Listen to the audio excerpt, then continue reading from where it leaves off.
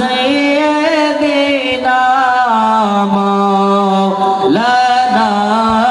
محمد وعلى آله سيدنا مولانا محمد اللهم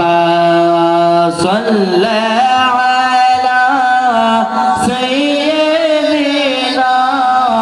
مولانا محمد وعلى آله سيدنا مولانا محمد যাই না হোক এই যে খাজা গরিবে নওয়াজর নামক জলসা পবিত্র জলসায় মুবারক আল্লাহ রাব্বুল আলামিন নবী মুহাম্মদুর রাসূলুল্লাহ সাল্লাল্লাহু তাআলা আলাইহি সাল্লামে হাদিসের মাজত ঘোষণা করে দিয়ে যে এই জলসা মেহফিল হক মিলাদ হক মেহফিল হক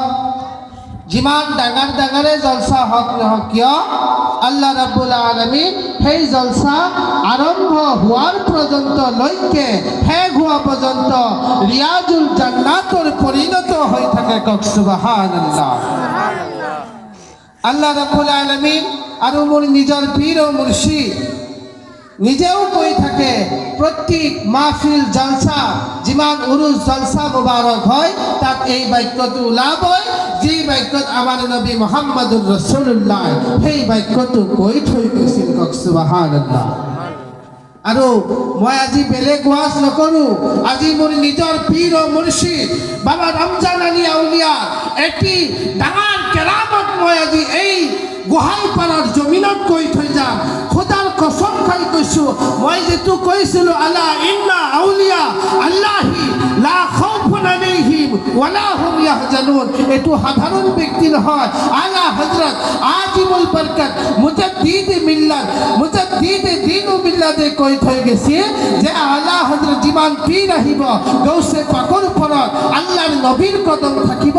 আৰু গৌসে পাকৰ কদম সকলো আল্লাহৰ ওলিৰ কদমত থাকিব কক সুবহানাল্লাহ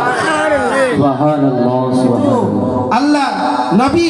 সরকার মদিনা আহমদ মুস্তাফা সাল্লাল্লাহু আলাইহি সাল্লাম যে নবী তেওঁৰ সুন্দর মুবারক কদম এই গৌসে পাকৰ ওপৰত ৰাখিছে কক সুবহানাল্লাহ গৌসে পাক আব্দুল কাদির জিলানী যে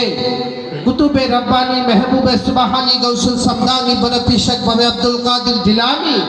যেনেকুৱাকে মুৰ্দা জিন্দা কৰিছিল যেনেকুৱাকে সেই বিয়াৰ নাও 12 বছৰৰ বিয়াৰ নাও 12 বছৰ হৈ গৈছিল সেই 12 বছৰ হৈ যাৱাৰ লগে লগে সেই মায়ৰ কান্দাত আব্দুল কাদিৰ জিলানী নিজৰ হাতখন আগবঢ়াই দি সেই 12 বছৰৰ বিয়াৰ নাওখন উঠাই জিন্দা কৰি দিছিল কক সুবহানাল্লাহ সুবহানাল্লাহ তা মই আপোনালোকৰ আগত যেটো কেৰামত ক'বলৈ ওলাইছো খোদার কসম খাই কৈছো মোর আগত মোর প্রিয় মুর্শিদ হাজির মোর আগত মোর উস্তাদে মহতারাম হাজির একদিন আমি ধুলার নিবাসীত মিলাদে মাহফিলত গৈছিলো যাওয়ার লগে লগে আজি আমি বহুতো এজন আপোনালোকে আজি এটা সঁচা কথা ক'ব যে আল্লাহর ওলি যিখন গাঁৱত থাকে সেইখন গাঁৱৰ মানুহে কিন্তু সেই আল্লাহর ওলিক ভাল নাপায় কক সুবহানাল্লাহ হয় না নহয় হয় না নহয় কথা যিখন এখন গাঁৱত আল্লাহৰ ওলি থাকে সেইজন আল্লাহৰ ওলিক গাঁৱৰ মানুহে ভাল নাপায় বেলেগ জায়গাত সন্মান পায়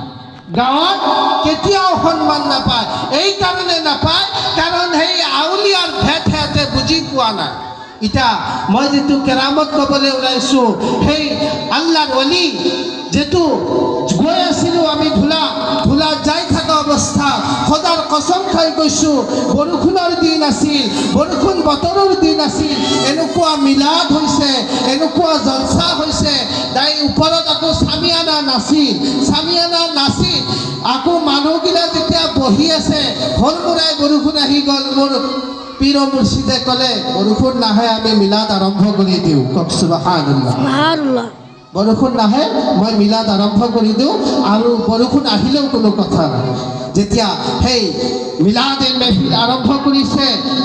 এই মাহফিল জিকিৰ আৰম্ভ হোৱা নাই, মিলাদে কিয়া ইয়া নবী সালাম আলাইকা কোৱাৰ লগে লগে হুৰমুৰাই বতাহ বৰষুণ আহি গৈছে। খোদাৰ কসম খাই কৈছোঁ, মোৰ পীৰ ও মুৰ্শিদ আগত লৈ মই কৈ আছোঁ, যি সেই মজলিছত খোদাৰ কসম ধুলাৰ নিবাসীত যাই সুধিব বোলে সেইজন আলিম যেজন নগৰবাসী অধিকাৰী গৌছুল আজম দাৰুল উলুম গনিয়া মাদ্ৰাছা উপাধিত কৰিছে আৰু যিজন গনিয়া মাদ্ৰাছা নিজৰ পীৰ ও মুৰ্শিদৰ নামত উঠাইছে সেইজন হ'ল বাবা ৰমজান আলী আউলিয়া। সুবহানাল্লাহ।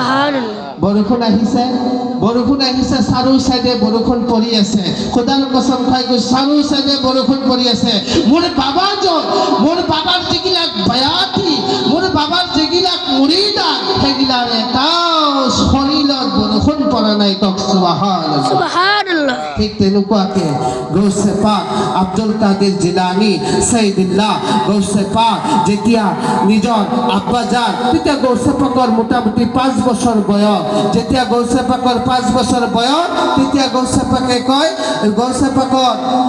আম্মাজান ঘৰৰ ভিতৰত ৰান্ধা বাঢ়া কৰি থাকে। তেতিয়া গৌছে পাকৰ আব্বা আবু সালে মুসাজঙ্গি বহি থকা অৱস্থাত তেতিয়া এজন তেওঁৰ মুছল্লি আহি কয়, হে হুজুৰ, এজন মোৰ মা ইন্তেকাল কৰিছে, জানাজাৰ হ'ব, জহুৰৰ নামাজৰ পিছত আপুনি জানাজাৰত উপস্থিত থাকিব। তেতিয়া সেই গৌছে পাকে জিদ কৰিলে, সেই 5 বছৰৰ সন্তানে জিদ কৰিলে যে হে বলো আমিও যাম আব্বা, আজি মই আপোনাৰ লগত মছজিদত যাম। তেতিয়া সেই আব্দুল কাদিৰ জিলানীৰ আব্বাই সুন্দৰ কৰি গা পা ধুৱাই লৈ আব্দুল কাদিৰ জিলানী সুন্দৰকে লৈ গ'ল। লৈ যাওয়ার অৱস্থাত দুখন ৰাস্তা দুইফালে আছিল। একফালে সিফালে জংগলৰ ৰাস্তা, ইফালে গেলে চাফা কোনো জঙ্গল নাই। এটা আব্দুল কাদির জিলানীয়ে কয়, আব্বা এইটো কিহৰ ৰাস্তা? বোলে এইটো জঙ্গল, এফাল দি উপায় ইফাল দি উপায়। বোলে আজি ইফাল দি নাযাওঁ, ইফাল দিয়ে যাম। কওক সুবহানাল্লাহ। বোলে গৌছে পাক আব্দুল কাদির জিলানী রাহমাতুল্লাহ আলাইহি আৰু কৈছিল যে হে আব্বা আজি ইফাল দি নাযাওঁ, আমি ইফাল দিয়ে যাম। তেতিয়া গৌছে পাকে কয়, গৌছে পাকৰ আব্বা আবু সালেহ মুসাজঙ্গি অলপ ভয় খাই তেতিয়া কৈছিল যে বলো আমি যাই থাকো অৱস্থাত ওপৰেদি এটা ডাঙৰ বাঘ দেখা পালে। কওক সুবহানাল্লাহ। সেই বাঘটো দেখা পোৱাৰ লগে লগে আল্লাহ ৰাব্বুল আলামিন এনেকুৱা শক্তি দান কৰিছে, যাই নহওক ইছলাম দৰ্দী ভাই বন্ধু বাবাসকল, মই বেছি কথা নকওঁ। আল্লাহ ৰাব্বুল আলামিন আমালোকক বুঝাৰ কাৰণে তৌফিক দান কৰক সকলোকক, আমিন। আৰু এই জলসাহে মেহফিল যেন আল্লাহৰ দৰবাৰত কবুল হৈ যায় সকলোকক, আমিন। ওয়া আখিরি দাওয়ানা আনিল হামদুলিল্লাহি রাব্বিল আলামিন।